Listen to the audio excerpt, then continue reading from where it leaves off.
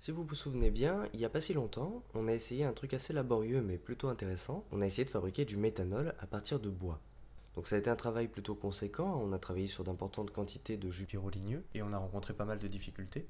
Ça a été plutôt long et plutôt laborieux, mais après beaucoup de boulot, on a réussi à obtenir un échantillon de méthanol plutôt propre et on s'en est servi par la suite dans une estérification de Fischer, donc pour méthyler un acide carboxylique qui était l'acide salicylique et obtenir donc du salicylate de méthyle. Maintenant, la grosse question qui s'est posée juste après cette synthèse, c'est qu'est-ce que je fais du salicylate de méthyle? Sa seule fonction à mes yeux, c'était de sentir bon et il faut admettre que c'est plutôt limité. Du coup, je me suis dit qu'on allait le reconvertir en acide salicylique et que ce serait une bonne occasion d'explorer un petit peu l'hydrolyse des esters. Pour faire court, il y a à peu près deux moyens d'arriver à nos fins. On pourrait faire une hydrolyse acide, c'est-à-dire chauffer l'ester avec de l'eau et un milieu acide, donc ça correspond exactement à l'inverse d'une estérification de Fischer, et c'est par conséquent une réaction d'équilibre. Ou alors, on peut faire une hydrolyse basique, on appelle aussi ça une saponification, et ça correspond au chauffage de l'ester avec de la soude en milieu aqueux, qui nous donne un carboxylate et un alcool, en l'occurrence donc les ions salicylate et le méthanol. Alors pour aborder brièvement le mécanisme de la saponification, c'est un mécanisme d'addition-élimination.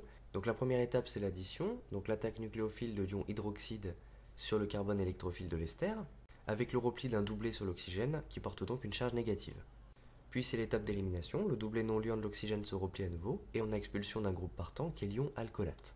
Pour finir, et c'est cette dernière étape qui rend la saponification intéressante, les ions alcoolates formés, qui sont d'excellentes bases, réagissent avec l'acide carboxylique formé en donnant un ion carboxylate et un alcool dans une réaction thermodynamiquement très favorisée pour ne pas dire totale. Ainsi, contrairement au mécanisme de l'hydrolyse acide des esters où chacune des étapes est réversible, cette dernière étape de la saponification qui n'est pas réversible rend ce procédé d'hydrolyse des esters quantitatif. C'est donc plutôt la saponification que nous allons utiliser pour fabriquer notre acide salicylique. En un premier temps, nous conduirons la saponification à proprement parler, donc la réaction du salicylate de méthyle, notre ester, avec la soude, ce qui nous donnera des ions salicylate et du méthanol. Puis nous essaierons d'extraire le méthanol par distillation pour l'identifier, et nous n'aurons plus qu'à protoner les ions salicylates avec un acide fort comme l'acide chlorhydrique pour former l'acide salicylique. Dans un petit ballon sur une plaque chauffante équipée d'un agitateur magnétique, nous introduisons 3 g de soude et 10 ml d'eau. Nous formons ainsi une solution basique et chaude qui nous servira à hydrolyser notre ester. Puis nous introduisons notre ester, le salicylate de méthyle, en l'occurrence 4,6 g. Nous surmontons ensuite le ballon d'un réfrigérant à eau. Aux premiers instants de la réaction, nous remarquons l'apparition d'un précipité blanc de nature inconnue. À mon avis, il s'agit du phénolate de sodium formé par une réaction acide-base entre la soude et le groupement phénol du salicylate de méthyle qui possède une certaine acidité. Au cours de la synthèse, ce précipité blanc va néanmoins se dissoudre et à la fin, c'est bien du salicylate de sodium qu'il restera dans le ballon. Nous activons maintenant les circuits de réfrigération de l'appareil.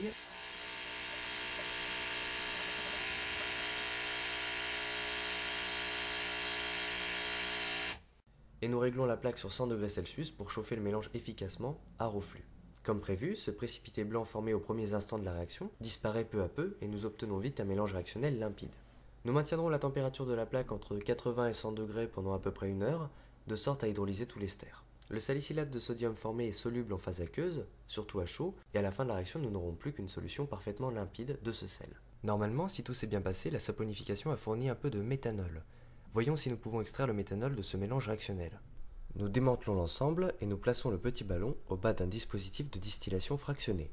Le méthanol étant plus volatile que l'eau et ne formant pas d'azéotrope avec celle-ci, nous devrions normalement pouvoir l'extraire à l'aide d'une simple distillation fractionnée. Allumons la plaque chauffante pour commencer à chauffer le mélange. Rapidement, le mélange dans le petit ballon se met à bouillir et les vapeurs d'eau et de méthanol s'élèvent dans la colonne où l'eau se condense préférentiellement. Au sommet de la colonne de Vigreux, nous mesurons une température de liquéfaction de la vapeur proche de 65 degrés Celsius, c'est-à-dire la température d'ébullition du méthanol. Le réfrigérant condense alors les vapeurs et nous pouvons collecter le méthanol quasi pur dans un petit ballon. Au bout d'un moment, toutefois, de l'eau commence à se condenser sur le thermomètre et nous mesurons une température beaucoup plus élevée. À ce stade, tout le méthanol a été collecté et nous pouvons arrêter la distillation. Le petit ballon est sorti du dispositif et nous pouvons passer au test. Versons le distillat volatile que nous avons collecté dans un petit récipient en verre et approchons une allumette du liquide. Le liquide s'enflamme et brûle avec une flamme bleue, caractéristique de la combustion d'un alcool léger tel que le méthanol. Nous avons donc bien réussi à régénérer et à extraire le méthanol du salicylate de méthyle. Dans le petit ballon au bas de la colonne, il ne reste maintenant plus que de l'eau, du salicylate de sodium et un peu de soude.